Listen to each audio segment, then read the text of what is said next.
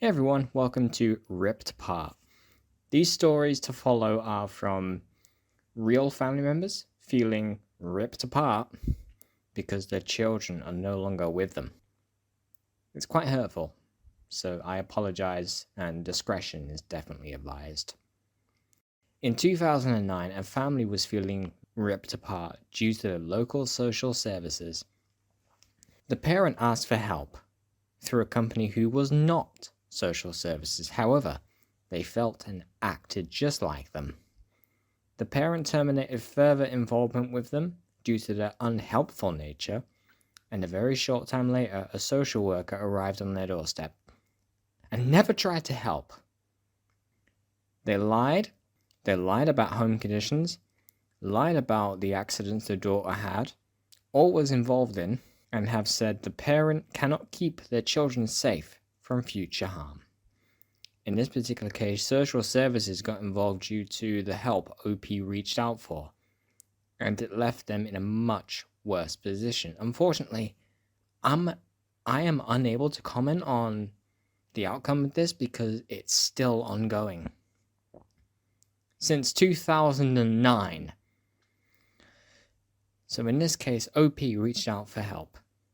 They asked for help, something any organization says to do, and something we are brought up with the knowledge of. Can't cope? Ask for help. In this case, OP asked for help and their lives got invaded. Turned upside down, and it seems like they were never once considered.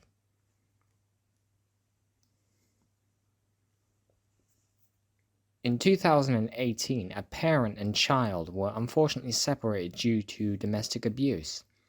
OP moved with their children to supported accommodation. At this time, their child was 2 years old and had some self-inflicted bruising, as they were very, very active and loved to climb. The children were taken into foster care, and after about 4 months of back and forth fighting in court, OP was able to prove that they did not inflict the bruising. However, the children still ended up being removed, and they were placed on a SGO, or a special guardianship order, giving the new guardian parental rights until the child turns 18. In that case, OP was never once offered any help to improve their or their children's lives. Just take, and the problem is solved. It is almost as if social services don't look at the long-term effects on parents. A child may grow up without knowing their biological parents, and a reunion is great, but it doesn't account for several years of not seeing or knowing the child. In 2022, a worker visited a home to prepare the rear wall for cavity wall insulation.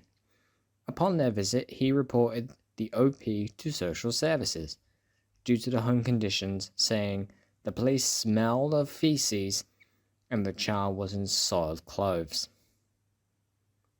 Never once did he ask OP what something was, and seemed never to want any explanation. About 2 hours after his visit, OP got a phone call expressing the concerns raised, and although every one of those concerns was laid to rest, social services still got involved,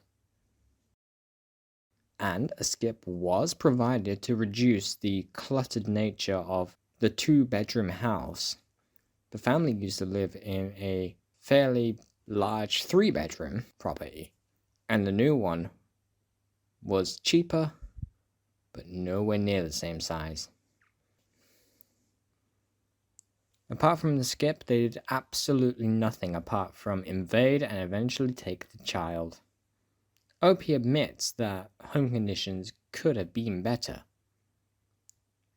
but during the foster care period, the home was tidied.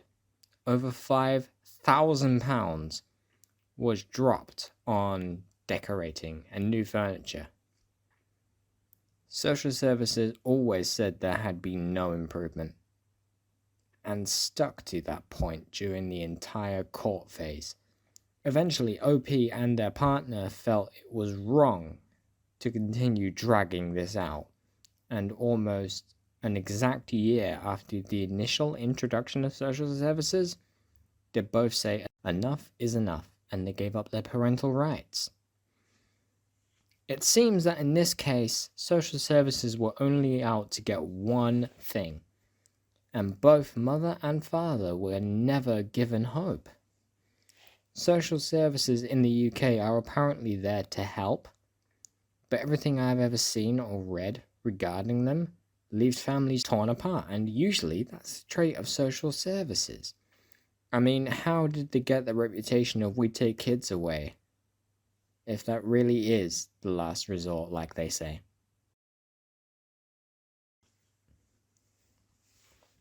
In 2016, a family was once again separated by social services for OP taking their children to see their side of the family. Social services was contacted by their own family on the spouse's side because they had taken the children without permission. Social services did not try to help to avoid the children being removed. The family that contacted social services were informed that before any action could be taken, OP would need to return home.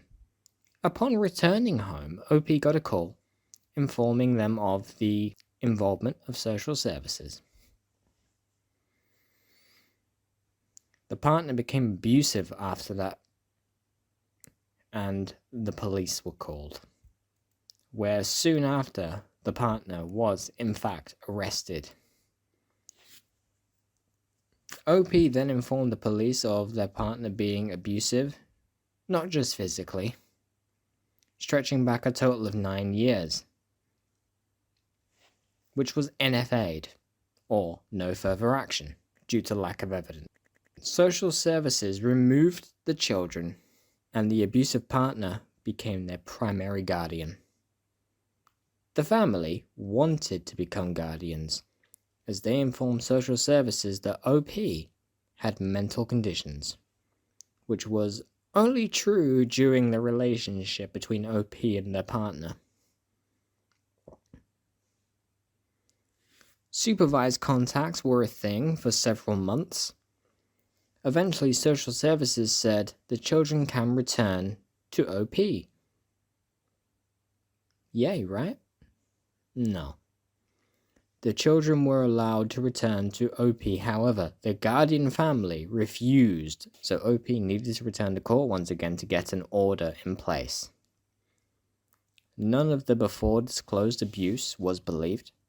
Therefore, OP only got a 70-30 split of time with their children, OP having the majority of that time. OP's youngest disclosed abuse from the partner, and social services did not believe them, even though the youngest told both social services and the police. Over the years, OP has continued to report abuse, and contact with their children has now been reduced to the point where the children now have very limited contact with OP. And OP has developed a real mental health disorder called functional neurological disorder, which doctors have informed them it is due to trauma.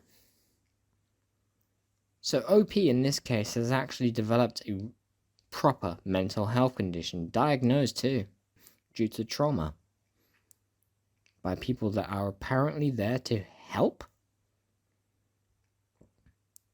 And their partner certainly didn't help either.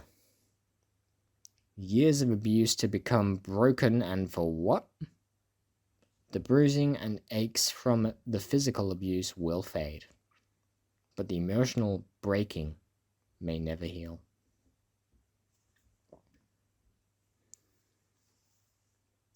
These stories are all from real people going through real issues. And the unfortunate thing is, after a family is ripped apart, The parents are left with less family and the pieces to pick up. They can scream and moan all they like, but the only people that listen are those that have lived it. And those who have lived it can only say things like, it gets better. The really sad part is nobody wants it to get better.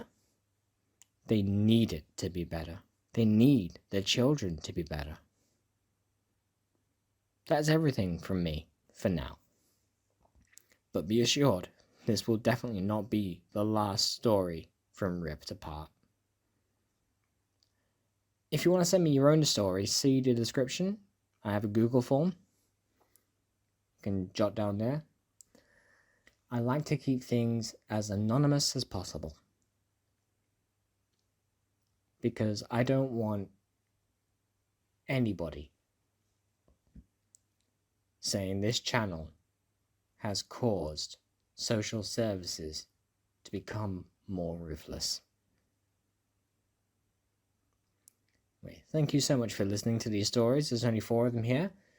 In the next video, there might be 3 stories, there might be 4, depends on the length. I hope to put one of these videos out every week. Anyway, thank you so much for taking the time to listen. Jot your comments down below, and any help and advice you can offer will be amazing. I'd like to get some stories from the US as well.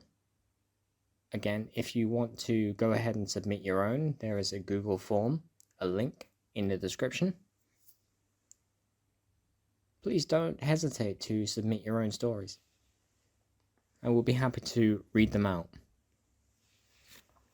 Anyway, from me, that's all I have to say for now. Thank you for taking this time to listen and be part of Ripped Apart.